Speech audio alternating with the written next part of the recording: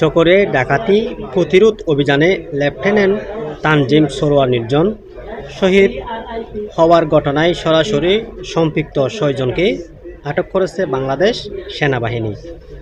মঙ্গলবার ২৪শে সেপ্টেম্বর রাত আনুমানিক ৩টার দিকে গোয়েন্দা তথ্যের ভিত্তিতে অভিযান পরিচালনার সময় এই ঘটনা ঘটে।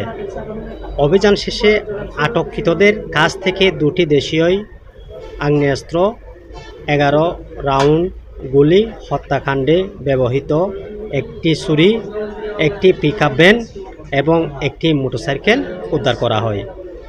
আটককৃতরা প্রাথমিক জিজ্ঞাসাবাদের ঘটনার সাথে তাদের জড়িত থাকার কথাও স্বীকার করেছেন।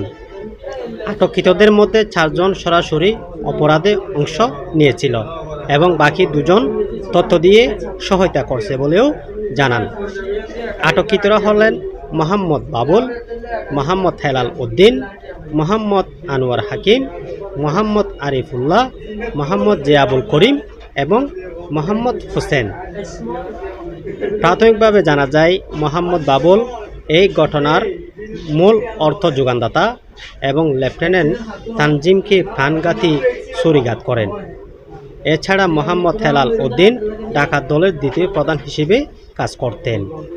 আনোয়ার হাকিম গাড়ি চালক, আরিফুল্লাহ ছিলেন সশস্ত্র সদস্য এবং জিয়াউল করিম ও হোসেন তথ্যদাতা হিসেবে অভিযানে সহযোগিতা করেছেন। ডাকাত দলের অন্যান্য সদস্যদের গ্রেপ্তারের সেনাবাহিনীর অভিযান অব্যাহত রয়েছে।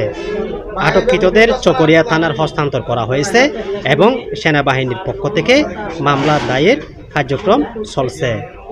লেফটেন্যান্ট তানজিমের আত্মত্যাগ দেশের মানুষের মাঝে গভীর শোকের ছায়া ফেলেছে এবং তার সাহসিকতার স্মরণ করে এই নৃশংস ঘটনার বিচারের দাবি উঠেছে। News desk, F TV.